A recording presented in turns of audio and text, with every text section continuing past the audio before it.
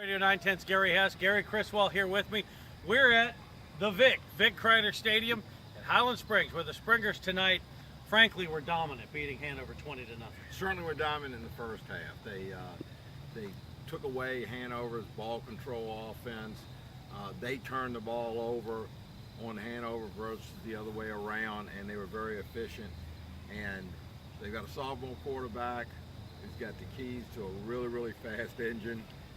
And he never breaks a sweat. He just turns the key, hands the ball off, changes gears. That's right. It feel a little bit, and we go about our business. From a standpoint of skill position players, it really is an embarrassment of riches with the Springers, isn't it? I tweeted that it's been a long time since and maybe never seen a team with this much speed, at least evidence on offense. But they're also, if you cut on the film, they're there on defense. I mentioned to you several times, they've got lots of catch-up speed.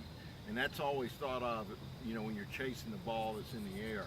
But it's also recovering from counter fakes that Hanover gave them all the time, and getting back and getting their containment and getting up the field. And you know what? When you can run to the football, defensive coordinator, you just got to get them lined up in the right place. Now, Lauren is politically correct because coach is taking one game at a time, but I can ask you, what's the upside of potential? How good can this Springer team be? They got to stay healthy. They've got to continue that really good defensive line play they have, because they're always going to have support people around that. And I think the offensive line, which we didn't mention in the postgame very much with the interview with him, I thought they did a great job. But what's missing from Highland Springs games now are the unforced errors, Gary. And we talked about that a little bit. We did it in a more positive way about how much more they're controlling their tempo the way they want to handle the game. It's not always fast, but it's always the pace they want to have. And then when you substitute and you're trying to keep as many people happy and involved, there's always room for error because they're kids and they don't always pay attention. But he's got them buying in, and you just don't see the silly penalties you'd have. They had plays called back, but they were aggressive penalties. They were blocks in the back. Probably sometimes it would be subject to interpretation how the officials would call it. That was something that troubled him. For the most part, this is a team that has much fewer flaws than the really good Highland Springs teams we've seen in the recent past. He mentioned our interview with Lauren Johnson in the postgame. You can see video of that at the high school football page, sportsradio910.com. Check it out. Lauren Johnson, always great to talk to. It was a great visit with him. Now, Hanover, all is not lost. 3-1. This team has found its identity, and moving forward figures to be a Division IV playoff. I mean, yeah, obviously they've got a tough assignment next week with a team coming in, a big rival that's Smarty. Atlee coming off the big loss tonight to Henrico. That will be a tough assignment for Hanover. And it also, Clayton Cheatham, with a possible hand injury, don't know what his availability is going to be. But they need to win the winnable games, get that 6-4, 7-3 record, get into Division IV playoffs, and go 1 or 2 rounds deep like they did last year, and continue the growth of that program under Derek Stout. You mentioned Atlee Henrico, a 22-20 win for the Warriors. Biggest win for Gerald Glasgow, biggest win in Henrico in a long time. Just talk about that huge result and what it means for Gerald's program. Well, first of all, we've always looked at it since the days I was at Henrico as a player and as a coach.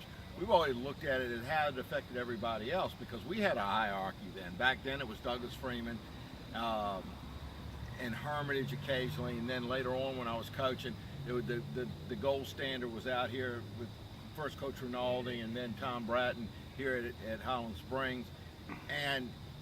But an emerging Henrico team is kind of throws you back to the 70s and 80s, when every game in what was then the Colonial District was a dog-eat-dog game. Now it's the Capital District. And now with Hanover starting out 3-0 and Atlee, all those games are tight, but it means special things to the Henrico kids, because this is where they want to make their impression, right here against the Springers and out further east in Varina. That's what those kids look at. They look at those rivalries, and this is the first step because they beat a team Atlee that a lot of people thought were gonna, and they probably still can, very much so. I think you had an important point that they may look back and say, this is the reason why we did great in the playoffs, because we lost a game in the first half of the season. But for Henrico, it's just a stepping stone. People have been doubting them. They've been doubting them. Let's face it, they've come out 2-0 before. This year they came out 3-0. Everybody said it was a shutout. Shoot, they win. They shut out, the Henrico defense shut out Atlee until the fourth quarter. Next week, our game of the week is going to be, in college football, they used to call this an intersectional battle back in the day when you'd go, because nobody ever went on long trips. From the 757, from down at the beach, Lake Taylor coming up here to play LC Bird. Bird went down there last year, closest game the Skyhawks played all year, until the state championship game when they were behind. This is a great measuring stick for a Skyhawks program that's won 33 in a row, but a Skyhawks team that is still rounding into what David Bedwell wants to do. Yeah, and it's a Lake Taylor team coming to Chesterfield County that has those kind of credentials that Bird has amassed the last few years over a longer period of time, over a longer body of work, with very few dips in the program. And I will tell you, we haven't addressed it, and we didn't get to address it last year at the state playoffs, but I guarantee you when Bird's players look back at last year, that win going to Norfolk probably did a lot to prepare them for the title run down the stretch. And so this is, it's going to be fun doing that. I hate to not have two local teams, because that's what we try to do, promote local football. But what's better than when we've got one of our champions putting a win streak on a line on another championship program in the 757. I'm looking for bragging rights again. 804, baby. 804, baby. It's going to be fun. Lake Taylor Bird, that's our game of the week next week. High school football, complete coverage on the high school football page at sportsradio910.com. He's Gary Criswell. I'm Gary Hess.